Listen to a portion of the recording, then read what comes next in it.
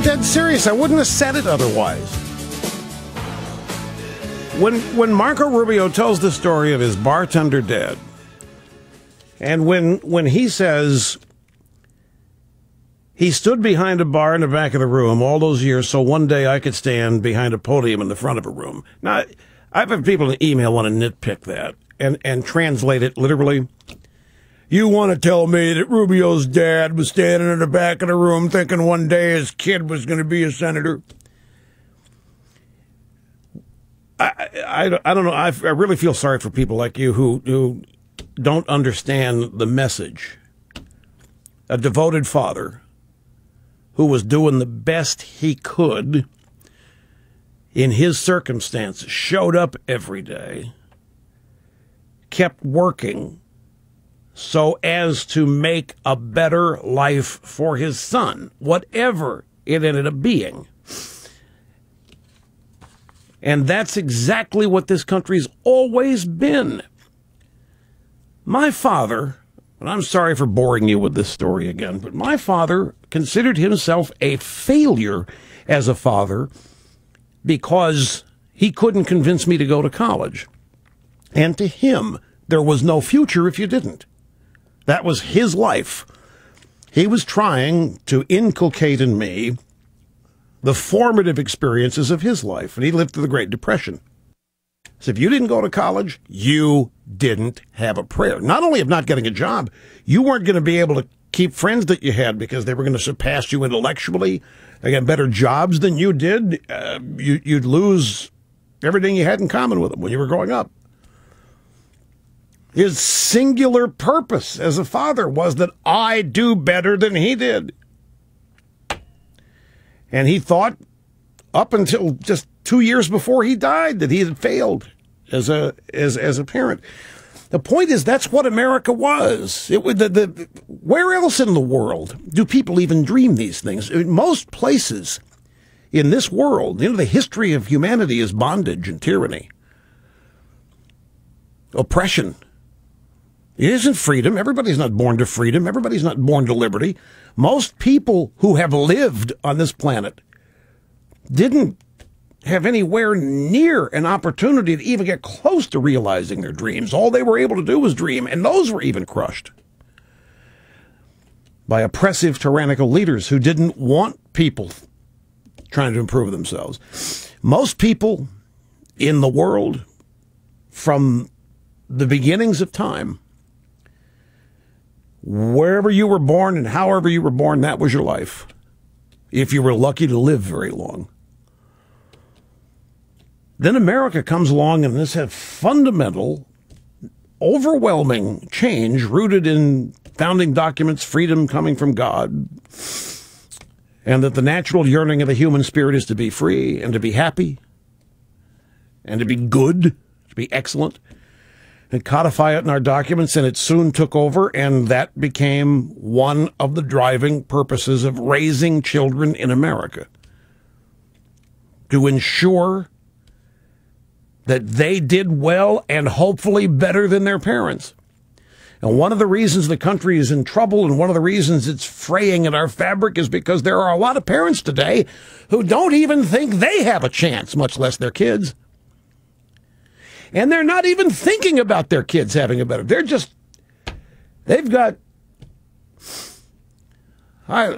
folks, I see examples of culture that I can't relate to when I listen to, it will not serve a purpose to mention any names, but this is a story about a football player in the NFL who's always been in trouble. Well, hey, I'll mention a name.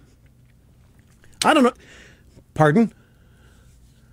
No, I'm not talking about both stories. The first story is a football player who is very good, but he's had a troubled life, and he's been a problem everywhere he's been. And if he gets in one of his funks, then he doesn't play, and he refuses to be any good, and yet he takes the paycheck. But nobody does anything about it, except he gets cut or traded from team to team. His latest team tried to do something about it. So they brought in a former player to talk to this guy. And after the conference between the former player and the current malcontent player, the player said he felt like he had a new lease on life because he had just learned that it was okay to be cordial to people. It was okay to treat people nicely. And I'm thinking, what must his childhood have been if he's around 30 now? What must his childhood have been if it's a revelation to him now that it's okay to be cordial? Folks, there is cultural breakdown in the fabric of this country that some of you are not aware of, and I don't mean to. I mean, it's bad. That's why this convention to me was such an upper, because it harkened back to simple possibilities that exist to all human beings simply because they live in this country. It's a singular opportunity. Now, the other name, I'll go ahead and mention this because this is illustrative too.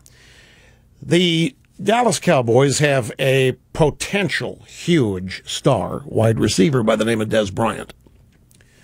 Now, Dez Bryant's mother had him when he was 16, and he's had a really tough bringing up.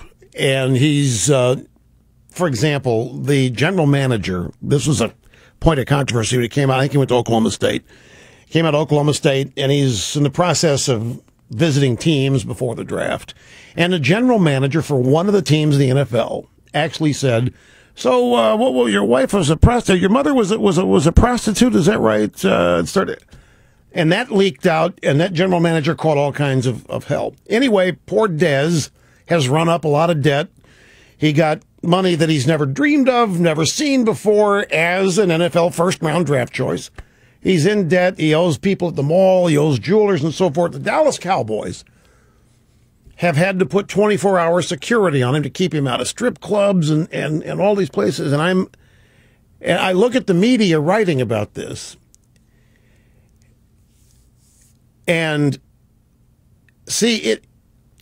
Well, I have to be careful how I say this, but avoiding trouble was something that was standard operating procedure. You didn't really have to have it drilled into you, and our parents didn't need to send security details out with us as adults to make sure that. But because of the cultural problems that we've had, these are the steps that are now necessary. It just makes me almost cry when I see what's happening to people in this country. And then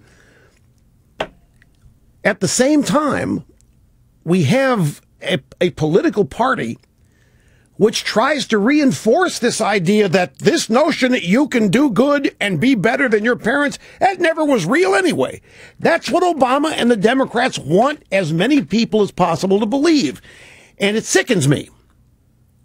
And that's why this convention was such an upper for me. They're actually out saying, oh, that was just a bunch of BS. You know, that's an illusion. That never really was the case. The rich got where they are by stealing from everybody. Or stealing or cheating or whatever they did to people. And that's how the U.S. got big, by the way, because it went out. It stole the things that it wanted from the rest of the world. And so success is illegitimate to this president. It's illegitimate, and furthermore, it's worthy of being targeted.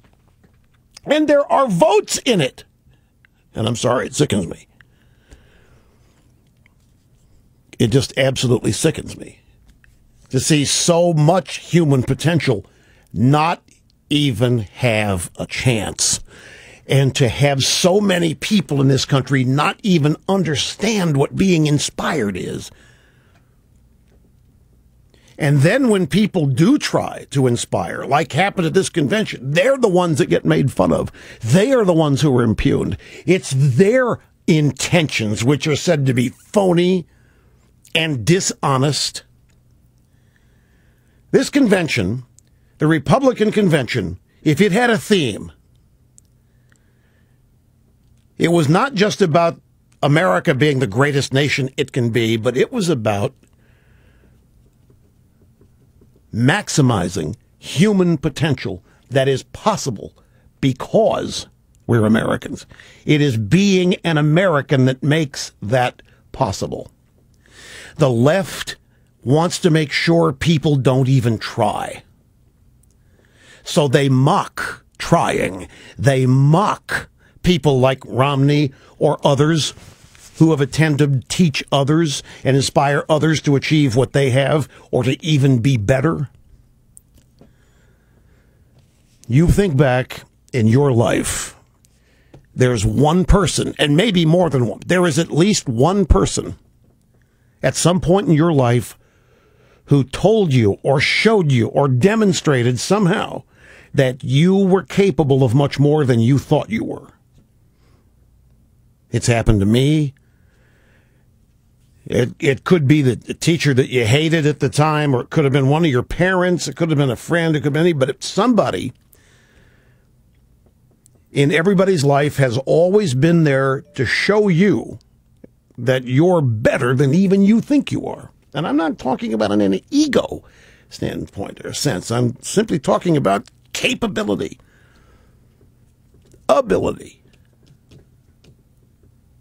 The simple ability to achieve something, to be successful.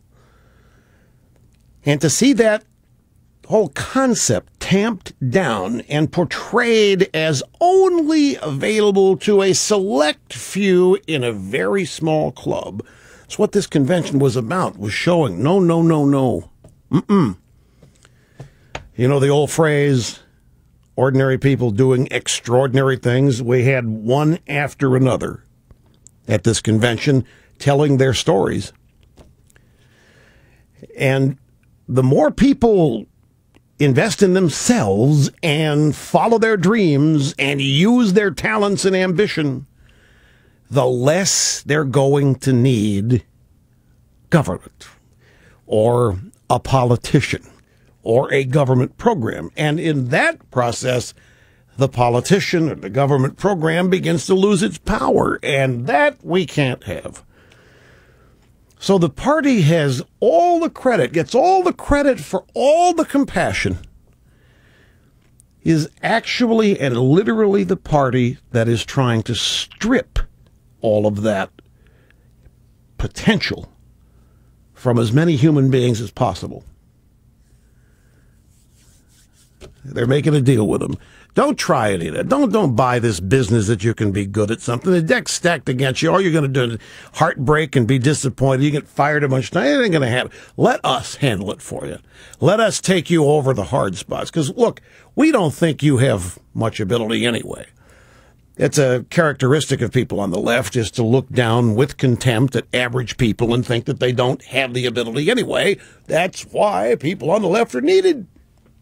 That's why big government's needed, because people otherwise can't do for themselves. And that is just utter BS. So I just cringe when I learn of these stories about what must your upbringing have been like. If you've been taught that bad things will happen to you if you're nice to people, what have you been taught? Maybe that's how you have to stay alive. Maybe that you have to be defiant. You have to be intimidating to make sure somebody doesn't push you off the cliff or whatever. What must that be like? But that doesn't have to be what this country is. Anyway, I'm a little long. I've got to take a time out. We'll come back. More phone calls as we return. Don't go away.